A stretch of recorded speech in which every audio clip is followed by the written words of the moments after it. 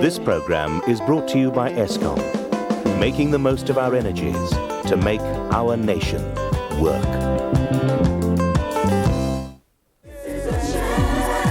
It is your time right now. It's your time. You gotta have a dream. This is your dream. And make it work. Oh, it is your dream. This is your dream. Make it work. Make it work. It's right in your heart. It is a dream. This is your dream. Make it work. Tonight on Felicia, a culture of responsibility. I miss my children. I want my children back, Felicia, please. When we don't have food, my granny sold the clothes, and that day she wanted to sell nearly all the clothes. I want my children back. They don't want to stay there. I'm part of a generation too that was told to make the country ungovernable. But that call did not say that we must be irresponsible. We don't obey the law anymore. Pay for what you get. I've now had to hire a private detective to try and find out where the father is, and the courts aren't doing anything. And now for your host, Felicia Mabuza-Suttle.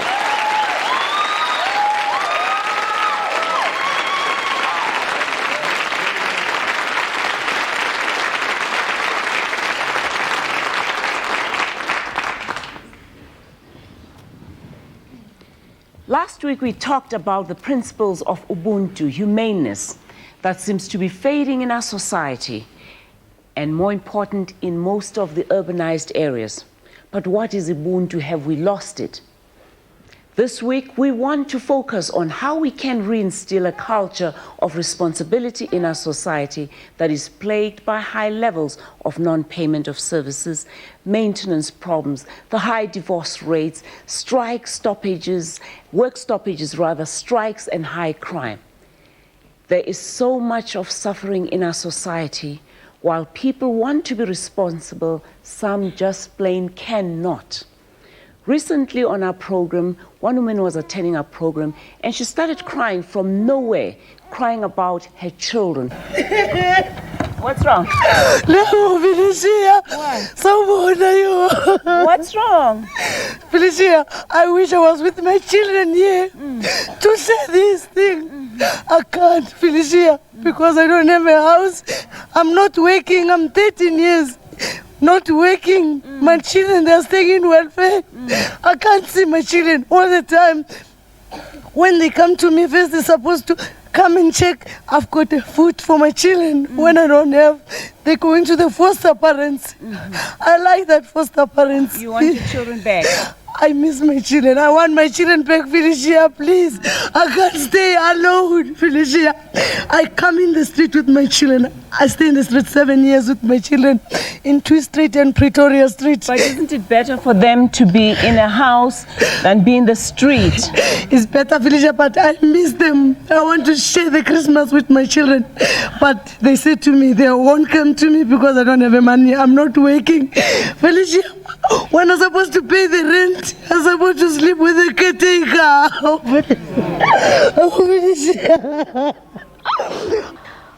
I've got a problem from my parents.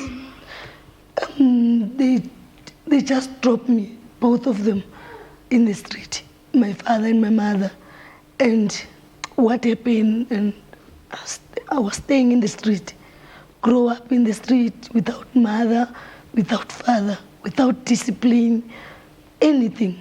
Felicia, I was rude, smoking glue, and all those things. After that, I found the one guy. He's coming from Kiani. His name was Thomas Mabaso. He take me to the street and he gave me a place to stay, Mkukwini. Is that the father of your children? Yes, the father of my children. How many children are we talking about here? 3 children. Where are the children now? My children are staying in St. Joseph's home. This is a foster home? Sorry? Is it a foster home? Yeah, it's the foster home. How old are the children now, Jam? Nicolette is 13 years. Nelson is 11 years. Nathan is 4 years. What do you want to happen to your children? Do you want your children back? I mean, from that cry, that's what you're saying. Yes, I want my children back. They don't want to stay there. And me too, I don't want my children to stay there. Do you want to work? Yes, I do. What type of work have you done before? Any job. I don't choose domestic, sailing in the street or whatever. Domestic work? Just to help my children. I love my children, Felicia. I love them. Yesterday they were crying. They said, especially my son, he said, Mommy, I don't mind to come back and stay with you in the street. One day we were sleeping in the street. The rain was coming.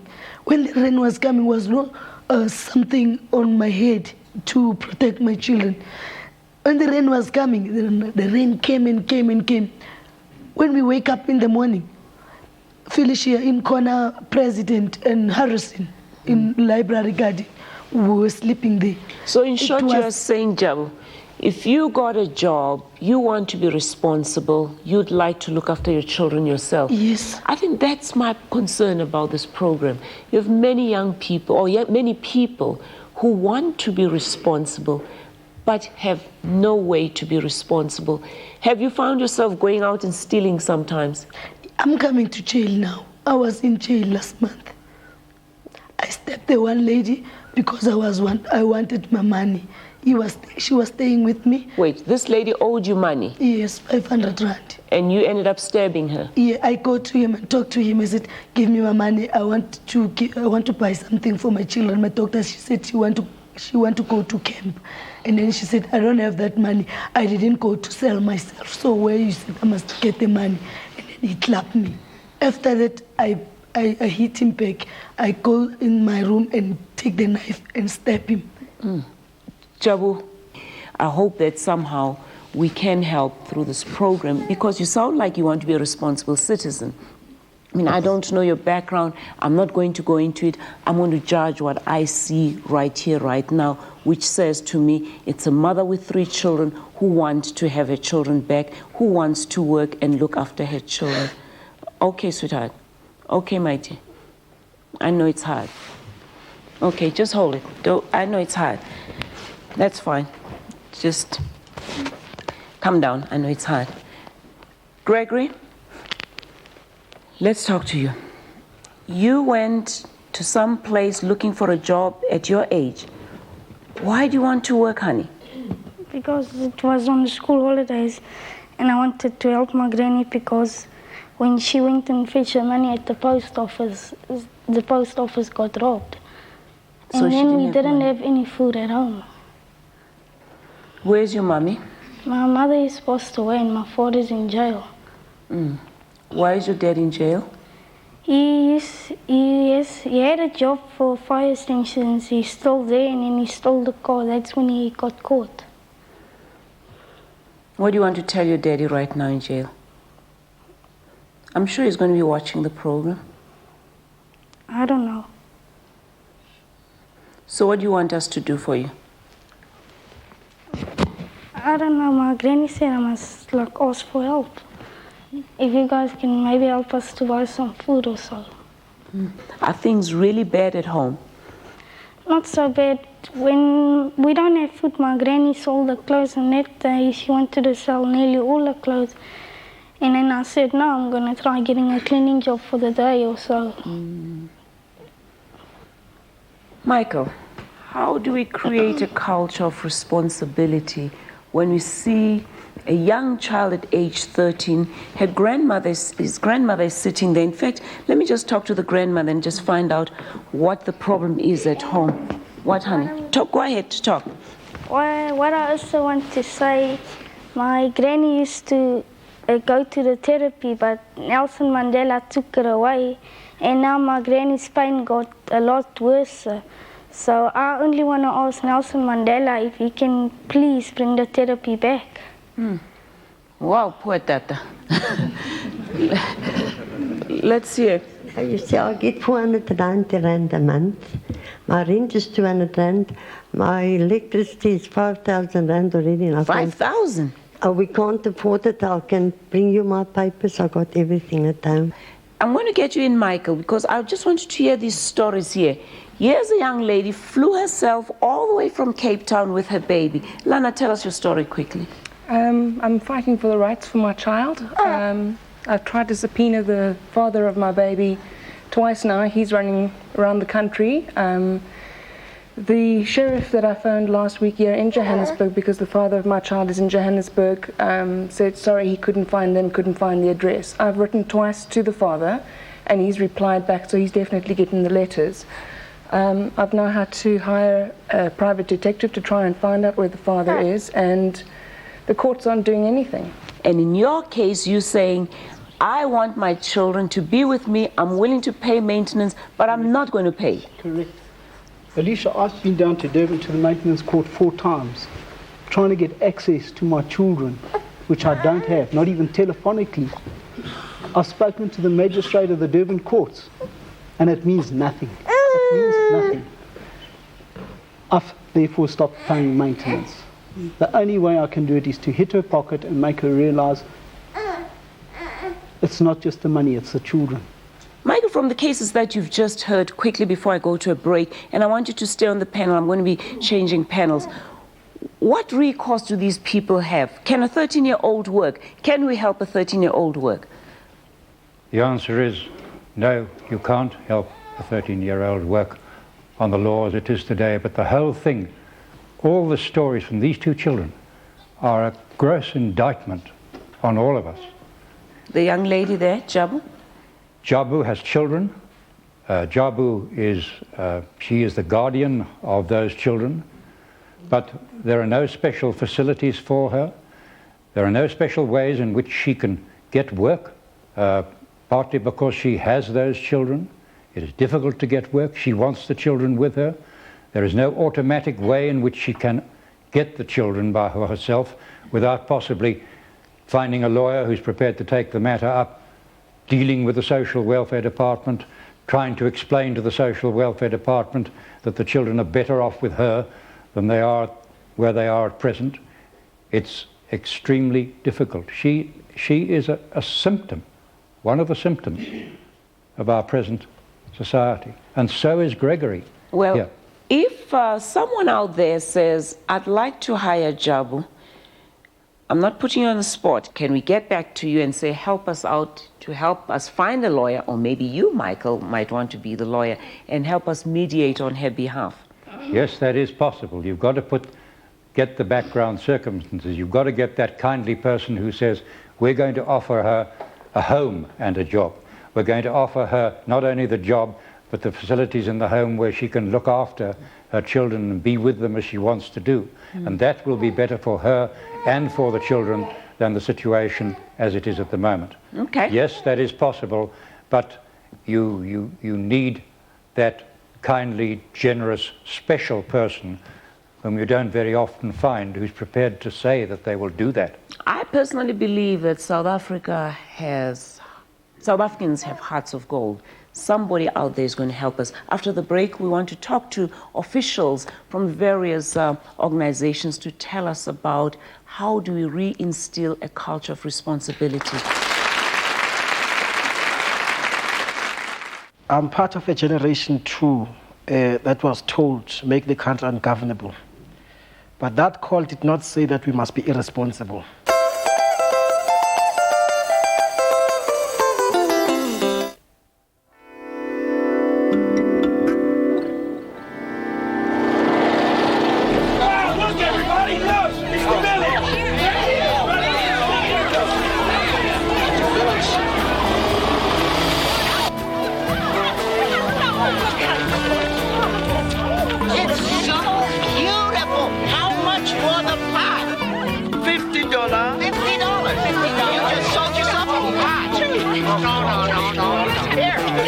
This art is handmade. And I heard it was sun-dried. Through its comprehensive empowerment programs, Eskom is helping people use their energy in ways never before possible. They don't make pots like this anymore.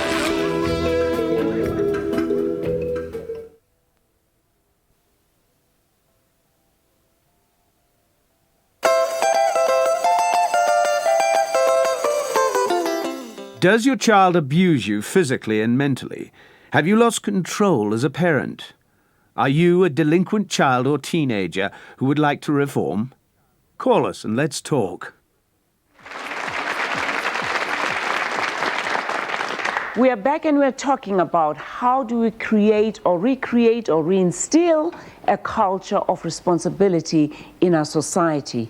Many would argue that after years of fighting apartheid, where many people were encouraged to make this country, quote, ungovernable, it would be difficult to change mindset overnight.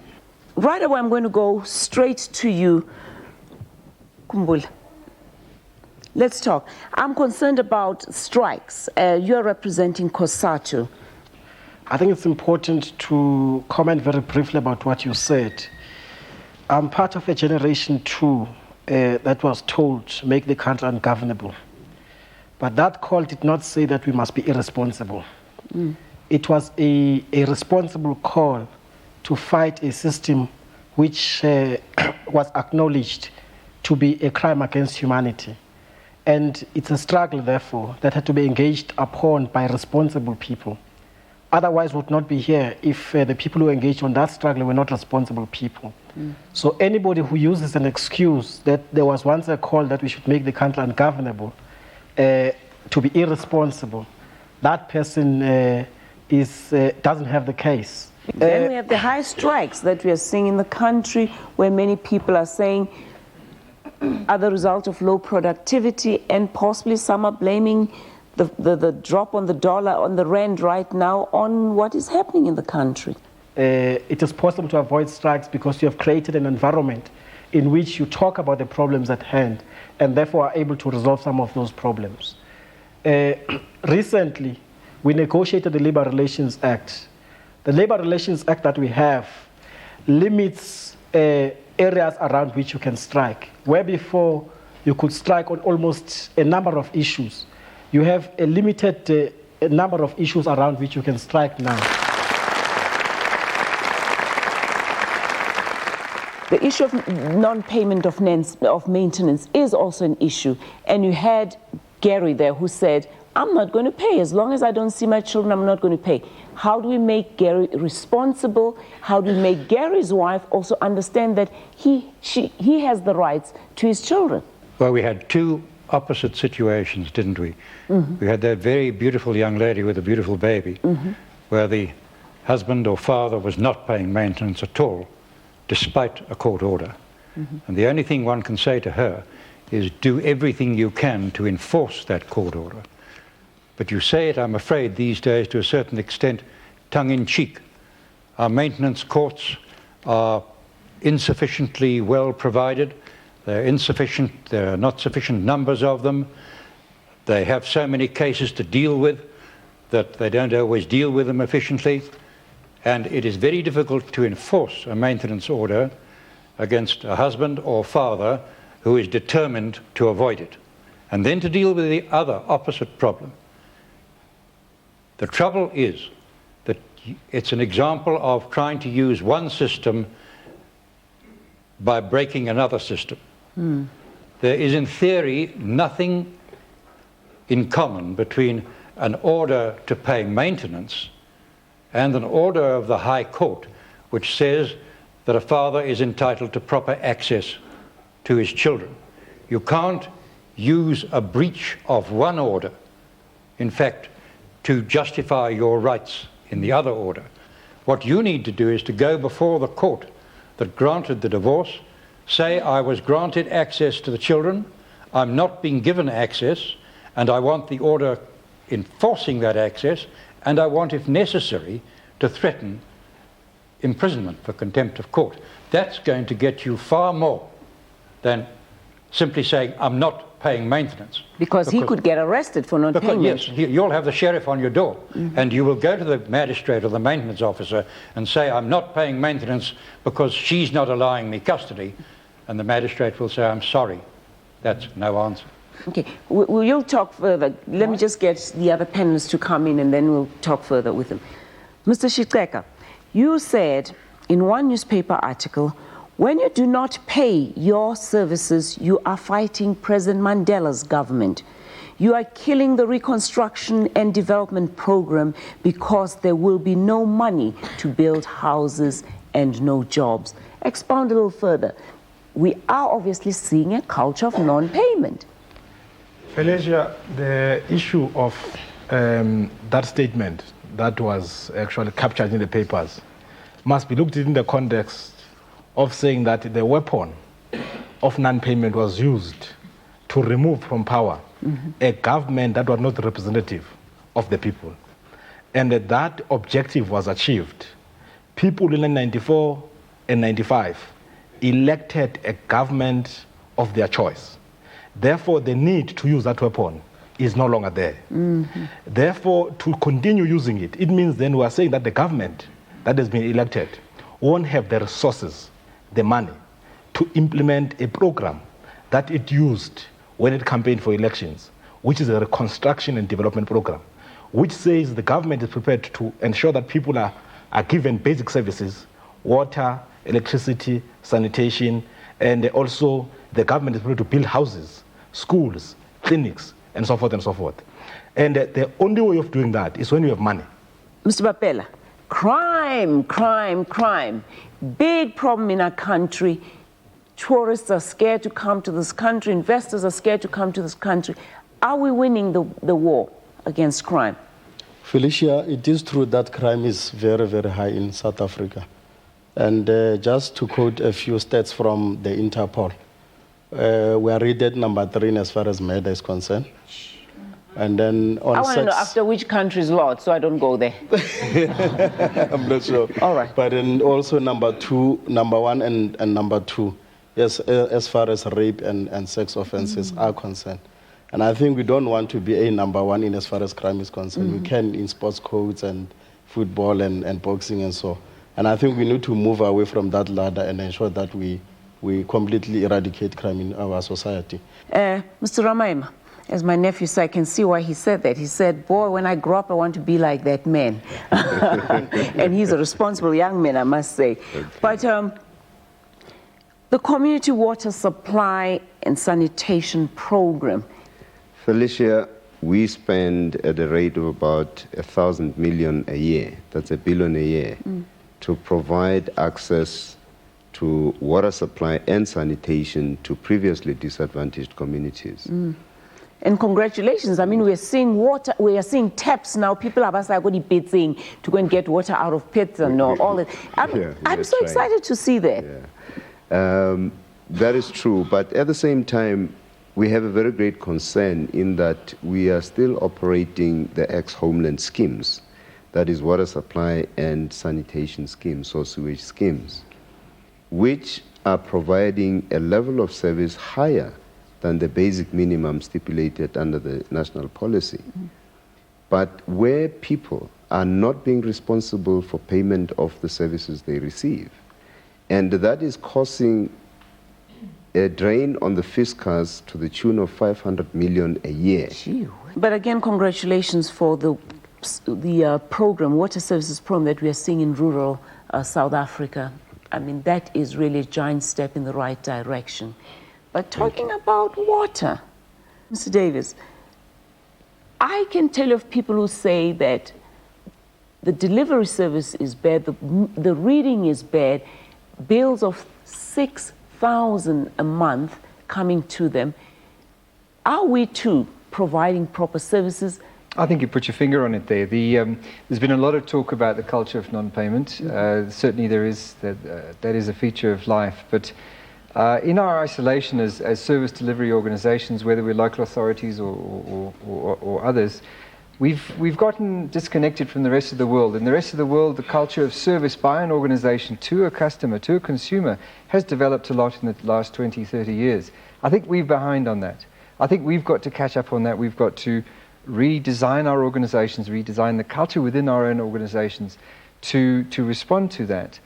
And say, well, where do we want to go, and what can we do to bring these organizations to the point where they can actually give that service? And then I think its responsibility becomes mutual.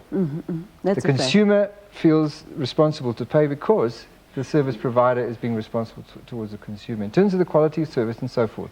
Well, I'd like to go to a break, but honestly, we're seeing some interesting scenarios here where people in Centon, when you think of Centon, you know, people who have money not paying their rates and services, and in many cases, genuinely, where people cannot afford to pay their services. After the break, we're going to continue to talk about that.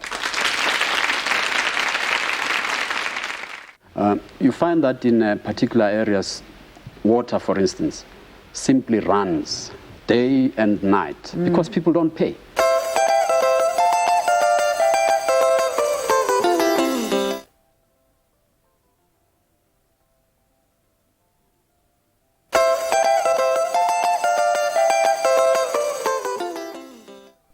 How is the media perceived in our society?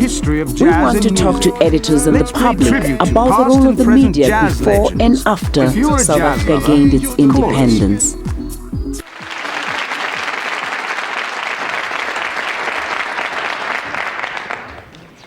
We're talking about non-payment of services. How do we reinstill a culture of responsibility in our society? We're talking about strikes. We're talking about people not paying their TV license. I got this in the mail. This is interesting. It looks like a platinum card. What does this card mean? It's a TV license card. It is being mailed to all the people who have paid their TV licenses. I paid mine. That's what it means.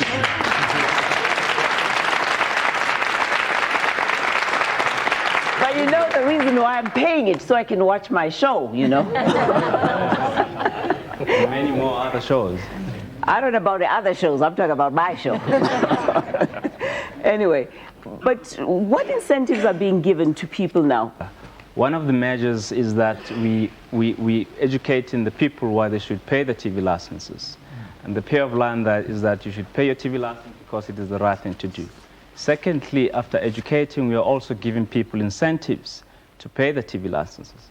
In other words, people would be given packages whereby if they pay their TV licenses, when they receive that card, they will get benefits from our partners, be it retailers or any other companies that we get into cooperative marketing activities with. Then what happens when you see a headline, TV license collection unethical, SABC conducting a terror campaign against viewers? Is the SABC using harsh measures? We don't believe it's harsh, but it is correct because it is also unfair on people that are paying the TV licenses. Hillary, I see you nodding here. Why? Felicia, I paid my TV license on the 27th of October last year. It was only due on the 31st of October, but being the good citizen that I am, I paid it in time. In May this year, I was very surprised to get a letter of demand from a firm of attorneys in Randburg, stating that I hadn't paid my TV license, and if I didn't pay within so many days, I would be responsible for 100% penalties plus all the legal costs. So I phoned SABC TV, I had to fax through my receipts, I phoned the lawyers, I faxed through the receipts, and I got another letter, you know, from the lawyer saying that I still owed my 189 Rand. Well, I'm getting very angry at this stage because, I mean, it's my time, it's my telephone calls, it's my faxing, and I'm not getting any joy from anybody. Has this been resolved? It has been resolved, but only thanks to Starline, because I had to resort to phoning Starline and one of the reporters from the Star newspaper, and they followed it up. It has been resolved. I've got my little card like you've got as well. Oh, good. But wonderful, a week after I received my card, I still got another lawyer's letter. Don't worry.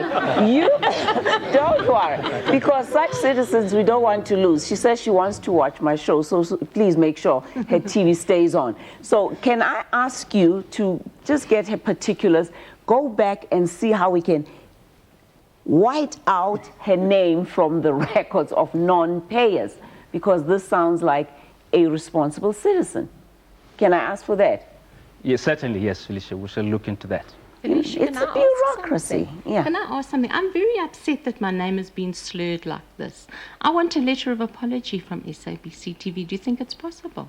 Oh, my God. Do you think that they'll do it for me? We do. We will check into your records and check how far you've paid. Obviously, you have fully paid licenses, and I will get someone else to assign you to talk to you and write you a letter of apology in that regard. It's so simple.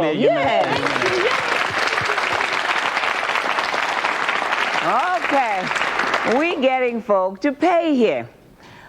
Regarding the recent strike at Eskom, an article quoted Eskom's chairman, Ruel Khoza, saying, "This intolerable and irresponsible behavior is not in keeping with the democratic ideals for which South Africans have fought for so long."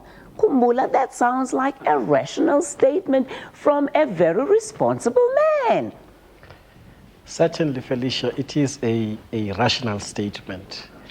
You may be interested to know that shortly after the incident, on the national television, the General Secretary of the National Union of Mine Workers, Comrade Gwede Mantashe, indicated quite clearly that such actions cannot be condoned by the labor movement.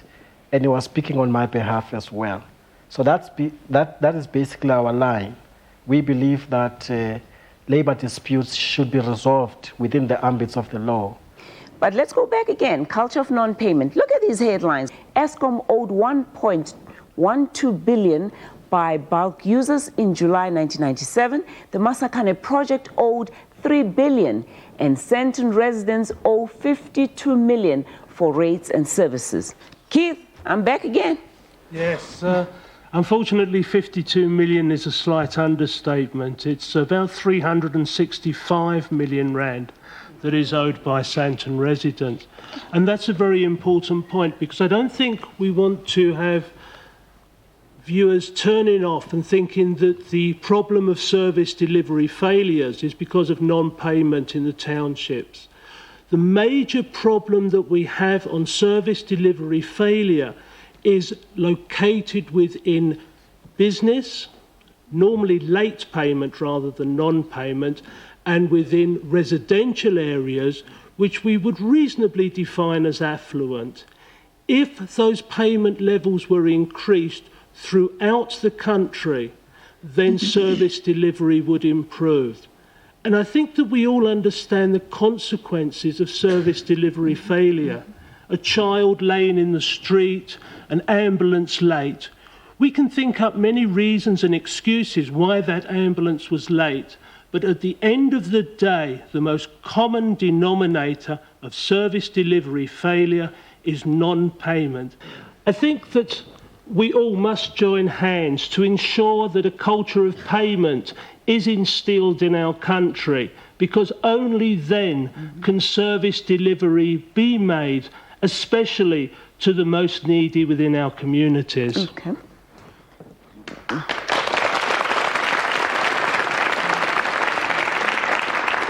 Mr. Shiteka, you're quite adamant about this whole thing. This is your area. This is your baby. This is your passion. Felicia, you argued in saying that people are saying they are getting bad quality services. Therefore, that's why they don't pay. Mm-hmm. When you get electricity, you don't get a dim electricity. You don't get dirty water.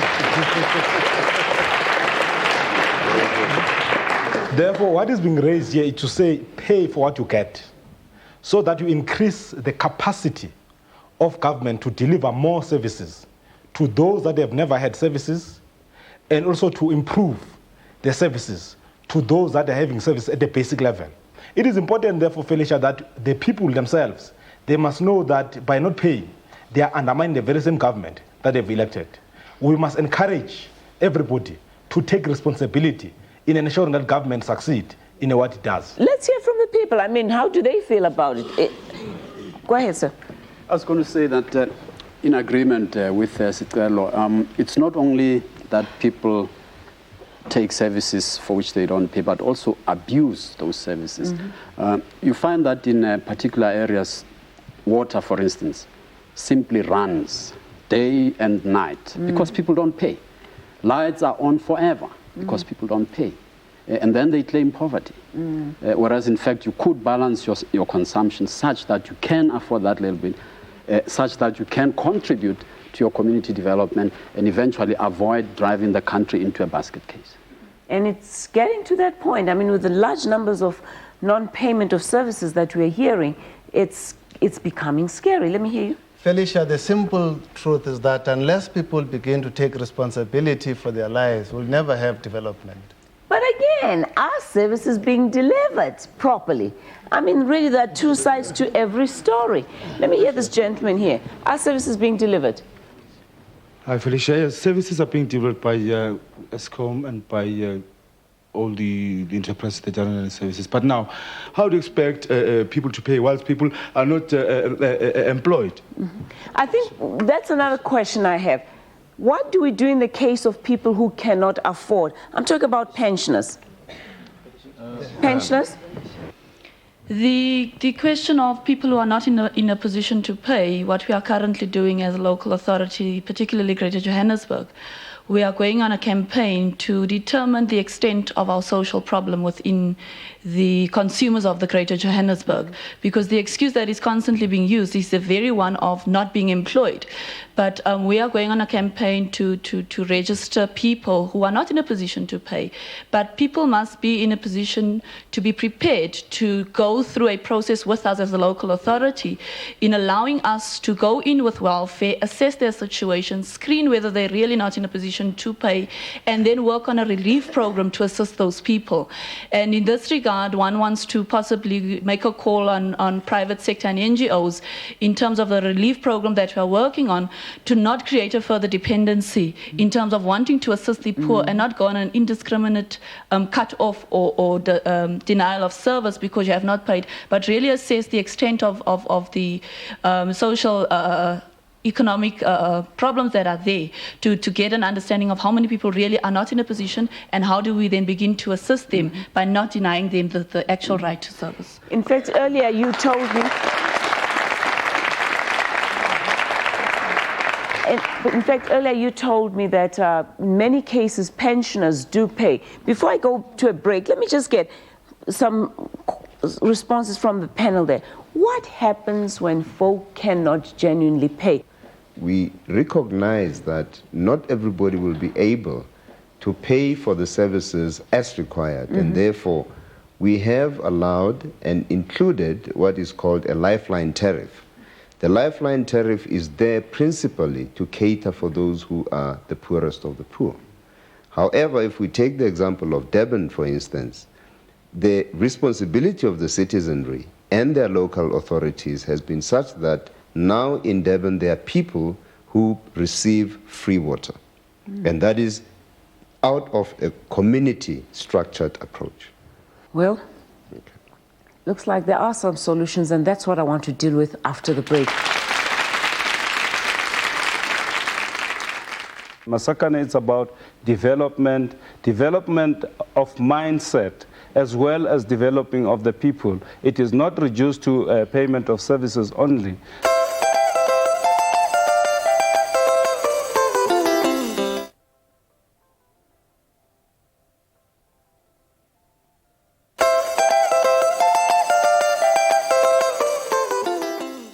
Does your child abuse you physically and mentally? Have you lost control as a parent?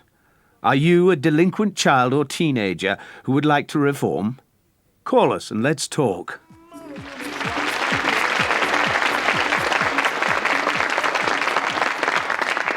The Masakane campaign was launched in 1993 by President Nelson Mandela.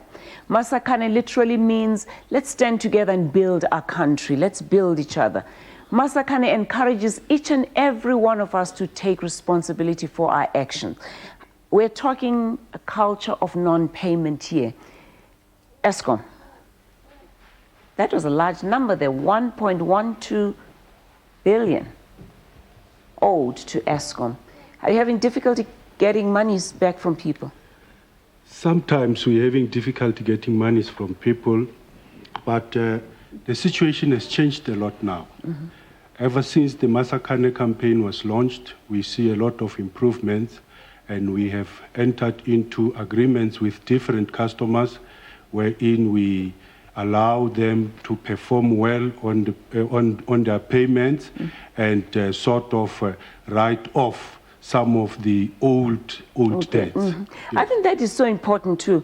I mean, we're asking for debt relief from the world. Can't we think of debt relief at home as well? Let me hear from the panel there. On that debt relief, Felicia, in 1994, President Mandela then was the president of the ANC and President de Klerk, then the president of the country, agreed that people are not the debt is going to be written off from 1984 to 1994 January. From 1994 February, people have to pay. It means already in 10 years of debt relief has been actually implemented. From February 94 to date, people have to pay. As I'm talking to you in Gauteng, the money that is being owed by citizens to local authorities is over 5 billion rands. Do we have that kind of money in this country? If you can look at how much houses, schools, clinics that money can build, if that money is actually in the hands of government, it's a serious problem. How do we get that money back? The way of getting the money back is to continuously persuade people to pay. But at the same time, if persuasion reaches its own limit, you cannot manage to get a vocal cord in the minds of the people, then you have to implement credit control measures. What happens to honest citizens like you and I who say, fine, we want to pay? Is there a possibility, or do we see a situation where we're going to be double billed to make sure that we take care of that 5 billion? What happens, Felicia, in many local authorities, if you are owing, you make arrangements in saying that I'm getting this money per month, I want to pay what I'm owing, at the same time pay the current account. They make arrangement, maybe you pay what you owe for a period of 5 years or for a period of 10 years. In that regard, we're asking people to come forward and say they want to make arrangements so that they can pay.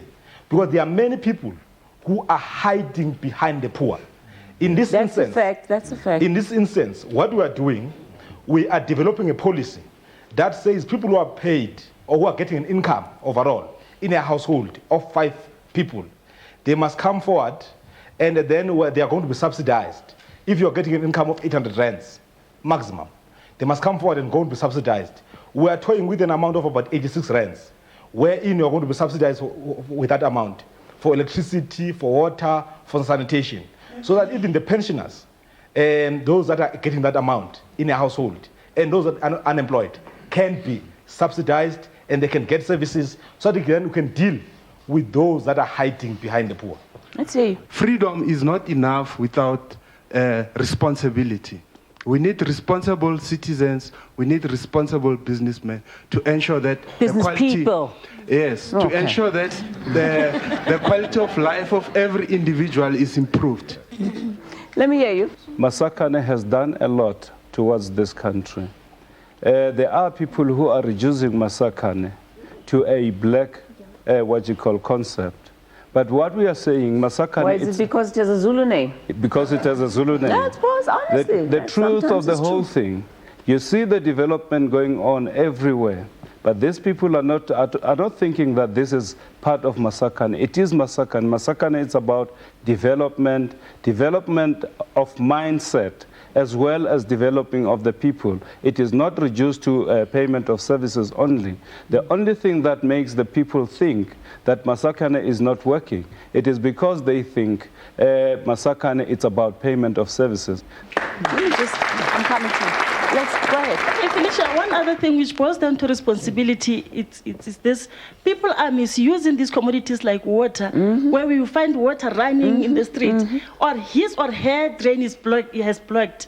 But because she or he is not paying services, he doesn't want to come near the municipality offices to just come and report, forgetting that he is not the only one who's suffering. Many other people. The whole country is suffering, the town is suffering. Which sounds like a very good reason here where we should also make sure that other people tell on you. I mean, my house, if there's a water just dripping, if there's a tap that's dripping, hell breaks loose. Yeah, Felicia, the debates remind me back at home in Blackburn, where it was on the news line, where a number of houses were burned. I think the past 2 months, where a number of people argued about the very same discussion that we're talking now, the payment of services. You find that the town council, as an example, categorized people into 3. Those who are unemployed and indigent, the pensioners, and those who are working. And the council said those who are working, they must come and make arrangement, as the MEC has already mentioned. But up until today, only 2,800 people who have registered as indigent or unemployed in the population of plus minus 240,000. I mean, this is such a travesty, really. Let me hear you. Many people come forward and say that they're not in a position to pay. But yet, if you look at the consumption levels, their consumptions are not commensurate with what they indicate what their living standards are. So in a sense, people are not being responsible. I mean, if you cannot afford to, don't use too much. It's that simple. I'm worried about the economy. I'm worried about jobs in this country. I'm worried about a country that is literally going to the dogs. I don't care what euphemisms you try to use. We are seeing that. Mr. Davis, let me start off with you. You What's can the say solution? that there has been a problem with expectation. After all, your highest level of service is clean water and bright lights, which you don't pay for. So in managing that, you've also got a problem. Now you've got to pay for it. So you've got to manage the quality of the service that you have got those services, but they are associated Solution? with payment. Solution? What do we do? I think we're not in that position yet in our organizations. We don't have the culture of managing that yet in our organizations. Felicia, what Archer has said is very important, but I think the South African community has to understand one thing, and which is very fundamental, that the Constitution in the human basic rights only protects access to the basic level of service for survival. Now, we need to begin to take that responsibility into our hands as communities and say to ourselves, for those of us who've got employment, let us be responsible citizens, because every right that we enjoy goes with a responsibility. That's so. I mean, us who have jobs need to help subsidize those who don't at this point until we rebuild this country. Absolutely. Come on, folk. We know we can do that. Mr. Papela? Yes, you raised a question around the economy. And obviously, we are confronted by two social ills, poverty, unemployment. I think it's a concern by all South Africans that there's much poverty and much unemployment in the country. And what we need to do is to grow this economy. What is happening also is that business is not assisting that much.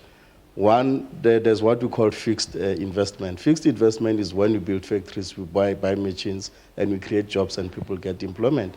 But what the business is doing is to go into speculative investment, where they just put the money in the stock exchange and it grows and then that's it. It doesn't create jobs. So in that way, they are not assisting in the economy of this country. So we want them then therefore to really go into fixed loan. Okay. But then my last call then is I was touched by the story of the woman with a little baby, and I think it touches mainly men that if we don't pay maintenance, it's a problem. So all men therefore must really ensure that they take responsibility of what they pay. And in return, all women have to ensure that they give access to the men of the children.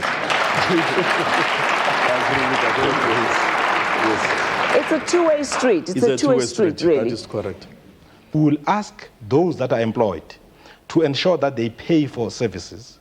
If they are owing local authorities, they must make arrangements so that they can pay what they debt, but at the same time they can pay the current accounts. That will assist government to have more capacity to assist the poorest of the poor. And also another call is to the poorest of the poor, the indigent, that they must come forward and make arrangements so that then they are not caught in a crossfire when credit control measures are being implemented. Because we will never know, because we're not witch doctors, to know that they are not unemployed.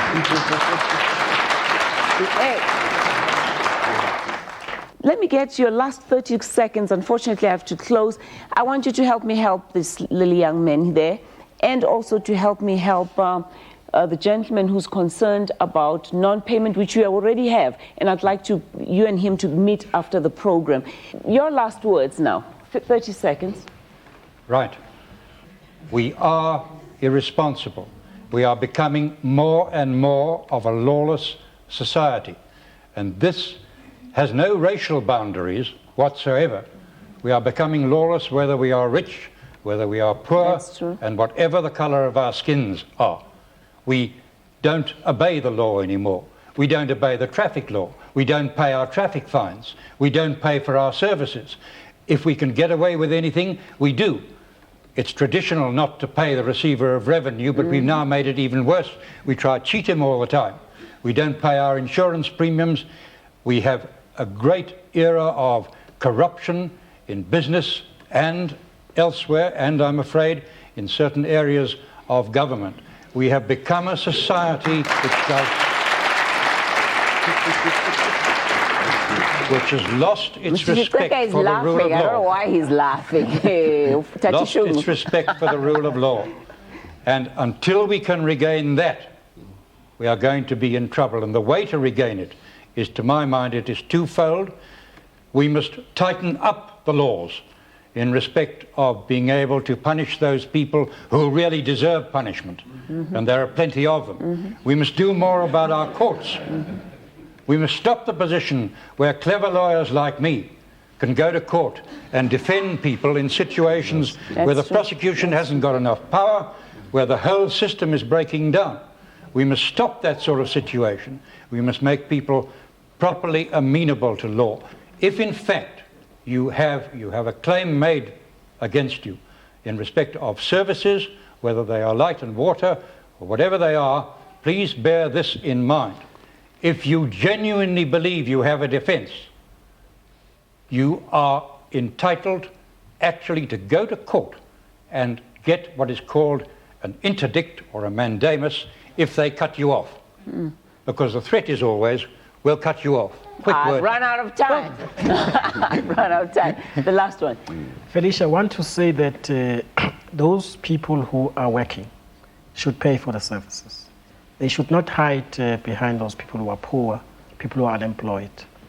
But with regards to those who are unemployed, I think what we need is an interventionist state whose role is to create jobs for people of South Africa who are not employed. How then do we see more negotiations and less strikes? Because I don't care which way you cut it, that is a culture of irresponsibility. Well, most of the strike, if you noticed, have been strikes over wages. Why do we have strikes over wages in the main? The reason is that while the level of productivity has increased, the level of worker productivity has increased, the wage has not increased at the same level as productivity has increased. Then what are these articles about low productivity in South Africa? There is low productivity in some quarters, but what we have noticed is that where we have had low productivity, it's mostly at the level of management, and that has nothing has been said about it.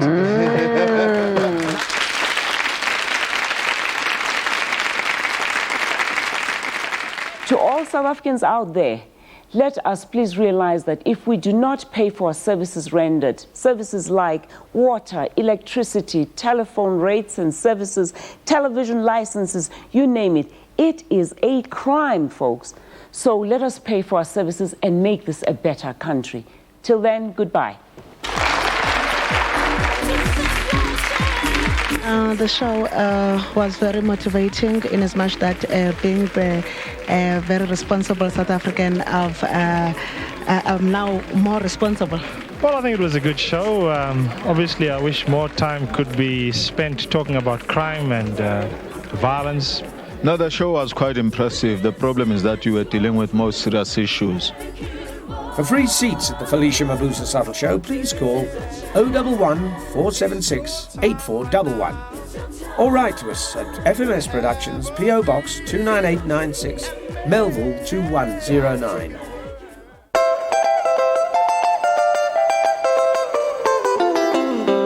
This program is brought to you by Eskom, making the most of our energies to make our nation work.